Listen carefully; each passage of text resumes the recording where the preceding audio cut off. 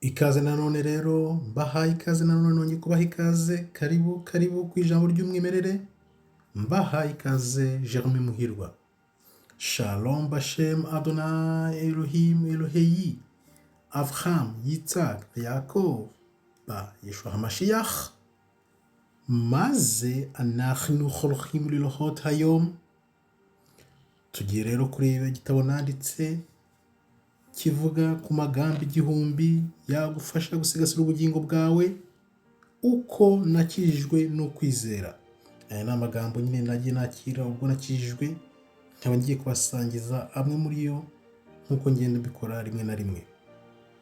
Nongere mbashimire rero ukomeje kwiyandikisha muri benshi cyane, ni iby'agaciro bingaragariza ko munyotewe ukuri, uku kuri niko kuzababatura igihe Imana yagennye ngo ukuri gusohoke hanze ku muvuduko w'urumuri, kuri gusohoka hanze ngira ngo murabibona kandi namwe urabunyotewe cyane ndabibona.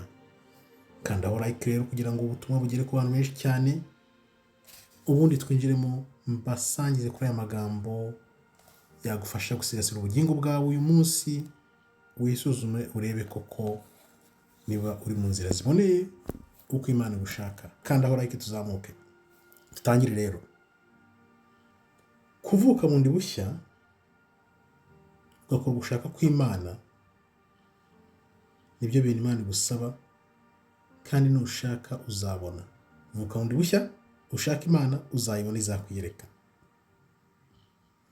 Imana iha Mwuka Wera abantu bayishaka. Niba ushaka Imana nayo izakwiyereka.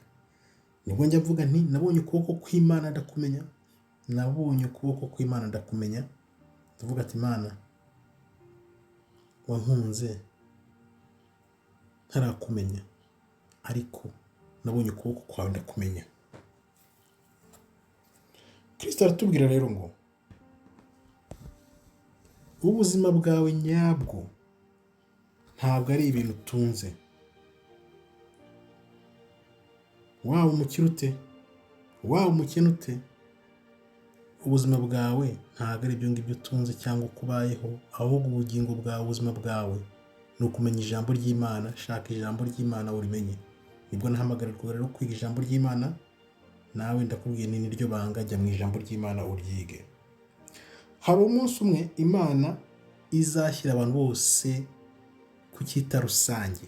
Urabona iyo ufata imigabane ukayishyira ku cyita rusange, ese uwo munsi ikibara cyawe cyo hejuru kizaba iki?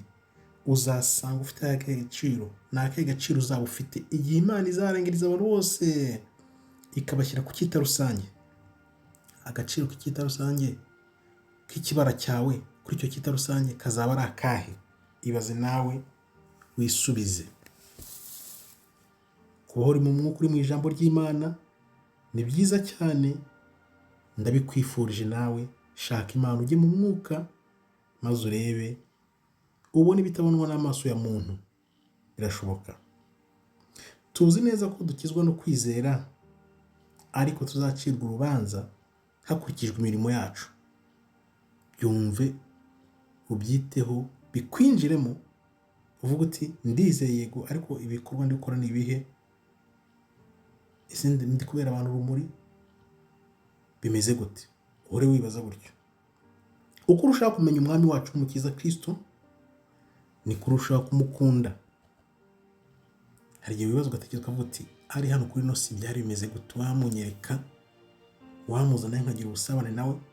Ariko iyo uri mu ijambo ukinjira mu mwuka, byanze bikunze umubona bugufi yawe, ukomeza kumukunda, Imana ye ikagukunda, nawe akagukunda, nawe ni gukomeza kumva roho yawe imerewe neza. Kubw'iyo mpamvu nkakubwira nti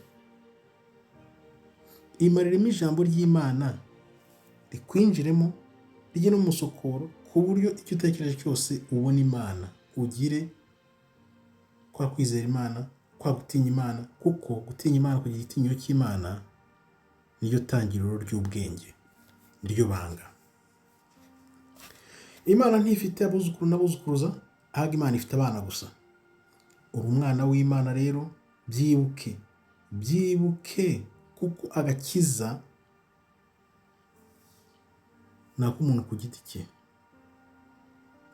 agakiza ni gatozi, icyaha nubwo bavuga ntabwo ari gatozi, ariko agakiza ni gatozi.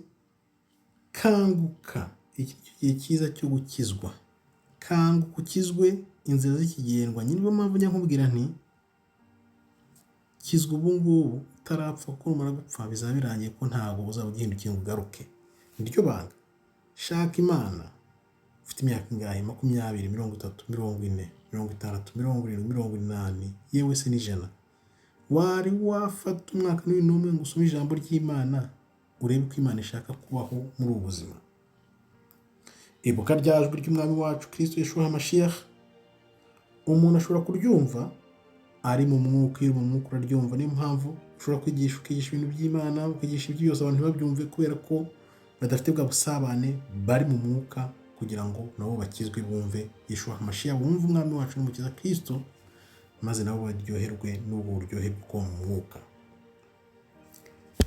Imana rero iyo ikuzaniye ijambo ikakunyuza imbere nk'uku nguku, cyangwa se n'abandi bakwigisha ijambo ry'Imana, ese uryakira ute? Cyangwa uracyari mu byo gupinga?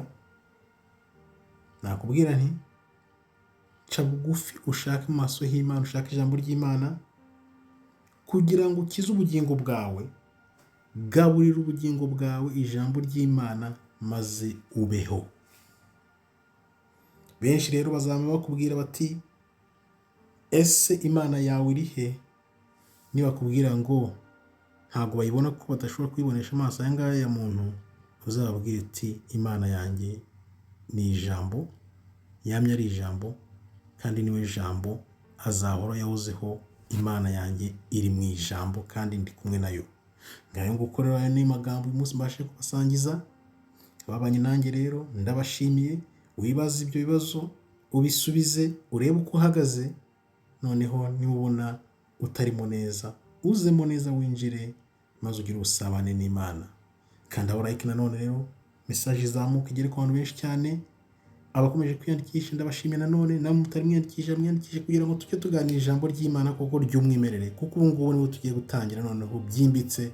Twige dushaka Imana, ko ngewe nzi neza ko dushatse mu maso y'Imana n'umutima wacu wose, n'imbaraga zacu zose, n'ubwenge bwacu bwose, birashoboka ko dushobora kubona Imana kandi nayo ikatwiyereka. Murakoze rero, Imana ikomeze barinde. Shalom, shalom, toda raba, tov meyod.